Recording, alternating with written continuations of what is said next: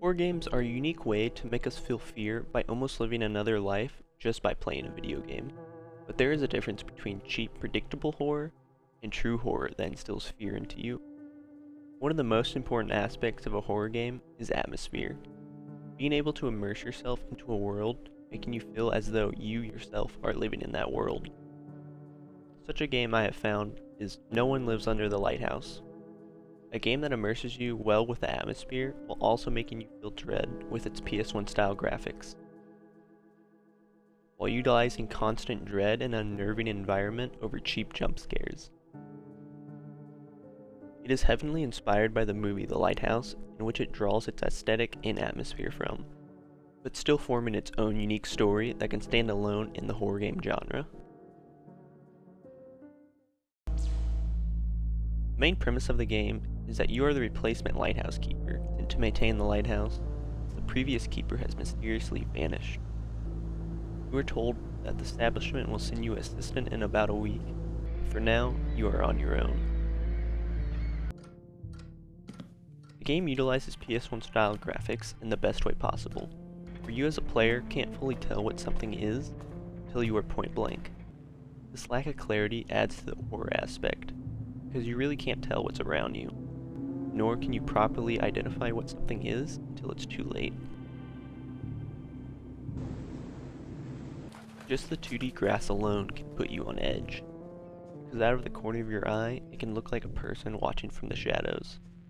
But as you turn to look, you realize it's nothing, and you continue on, making your paranoia only grow as you continue your duties on the island. Right as you arrive on the island, you are immersed within the sounds of seagulls and waves crashing ashore. The island seems quite peaceful as you make your way up to the keep, but this looming sense of doom lurks in the back of your mind, as you see the towering lighthouse loom above you, emitting this ominous energy. You settle into your quarters where you unpack your belongings to begin settling into your new job. You go about the island getting a feel where everything is at. As the sun sets, you start your keeper duties to keep the lighthouse going until dawn. You find a couple of key tools left about the keep, but besides that, your first day goes off without a hitch. You retreat back to your quarters, where you end your first day of work and rest for the next day. The overall sound design of the game does an excellent job in contributing to the atmosphere, whether it's from simple but satisfying noises from the tools,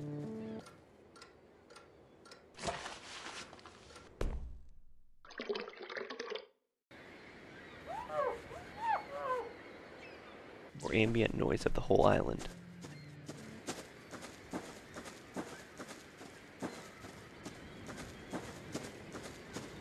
Sound is a consistent thing throughout the game, so when you notice it's dead silent on the island, feel your whole body fill with dread, because you know something is wrong. From the moment you wake up on the second day, your job starts to become a lot harder, and strange things start to transpire on the island. Strange black goo seems to start appearing all over the island, and you begin to find these mysterious coins that seem to interact with the chest in your quarters.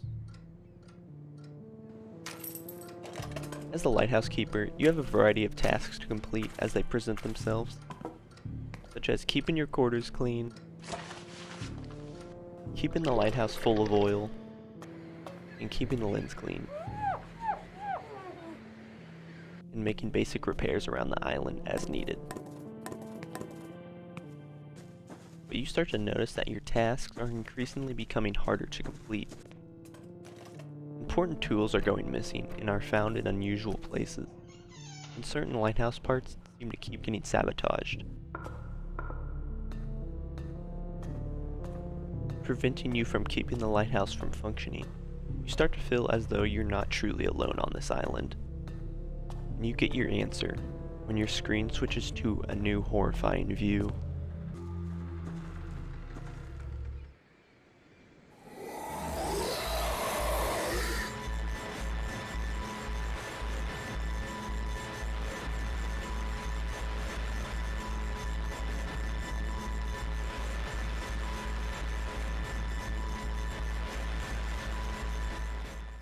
You narrowly escape into a shack, evading your pursuer for now. The player, you wonder what was chasing you, and what does it want from you. From here on out, you do not feel safe or alone on the island. Whatever that creature is, it's trying to prevent you from keeping the lighthouse lit. You're the only thing in between it and the lighthouse. You must tread carefully to make it off the island alive. You try to maintain the light as long as you can, till you are finally cornered by the creature.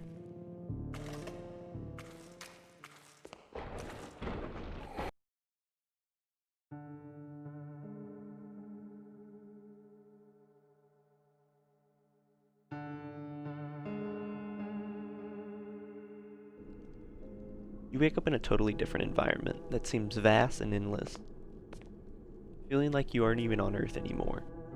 The game throws this at you out of left field, and it totally expands the plot of what is happening on the island. It seems to be filled with clues about what's really going on the island, but yet leads to more questions than answers, making you question if anything is even real. You traverse this strange realm that seems to go on forever, until you finally find the exit back to your world, where you then reveal the truth of the strange happenings around the island.